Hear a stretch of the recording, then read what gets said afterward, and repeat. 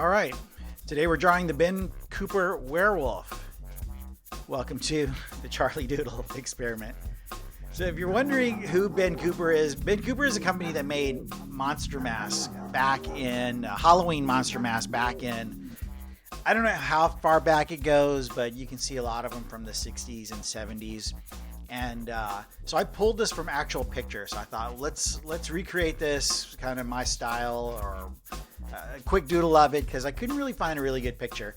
I know that they exist, I know they're out there, but I thought I just wanted to recreate it. I did a whole series of these, and I'll post them at a later date. But the werewolf was the one that I really gravitate towards. So I thought let's go ahead and do this one first. And I know I say werewolf from time to time. I lose the L somewhere and all that. But anyway, the werewolf. Anyway, so I gave him a gray skin because it's kind of that 60s kind of mask. That's what the mask had for its skin color. And then these crazy kind of highlights with the bright greens. It's gonna add some red lips to it.